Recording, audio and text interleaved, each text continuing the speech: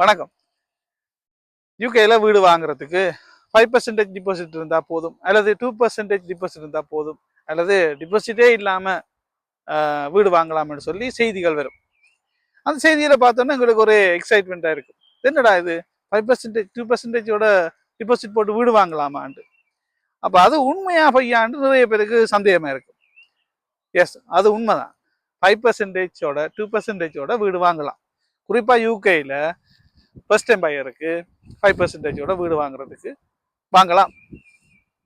இப்ப அந்த அந்த இதுக்கு பின்னால இருக்கிற விஷயத்தை நாங்க கவனிக்கிறேன். அதை என்னன்றதை பார்ப்போம். இப்ப நாங்க உதாரணத்துக்கு ஒரு 3 லட்சத்துக்கு வீடு வாங்க போறோம்.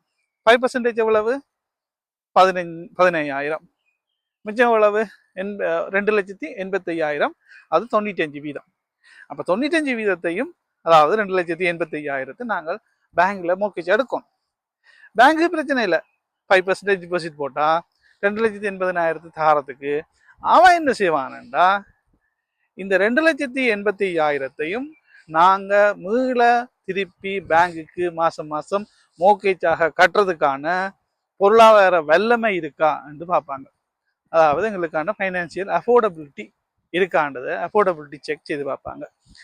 எங்களுக்கு அந்த 2,85,000 ஒரு 20 வருஷத்துலயோ அல்லது 25 வருஷத்துலயோ மாசம் மாசமா நாங்க மோர்கேஜை பே பண்றதுக்கு எங்களுக்கு வருமானம் போதுமாக இருந்தா ஒரு பிரச்சனையும் இல்லை. 5% டிபாசிட்டை போட்டுட்டு நாங்க வீடை வாங்கி கொள்ளலாம். இது யூகேல ஃபர்ஸ்ட் டைம் பையருக்கு வாங்கக்கூடிய இருக்கு. அப்ப நாங்க செய்திகளை பார்த்துட்டு 5%ஓட வீடு வாங்கலாம், 2% வீடு வாங்கலாம்னு நாங்கள் எக்ஸைட்மெண்ட் ஆகிறோம். ஆனா அதுக்கு பின்னால அந்த மீதமா இருக்கிற அவ்வளவு லோனையும் நாங்க எங்களோட வருமானத்திலிருந்து பே பண்ணக்கூடிய மாதிரி இருக்கும். அதை பார்க்கணும்.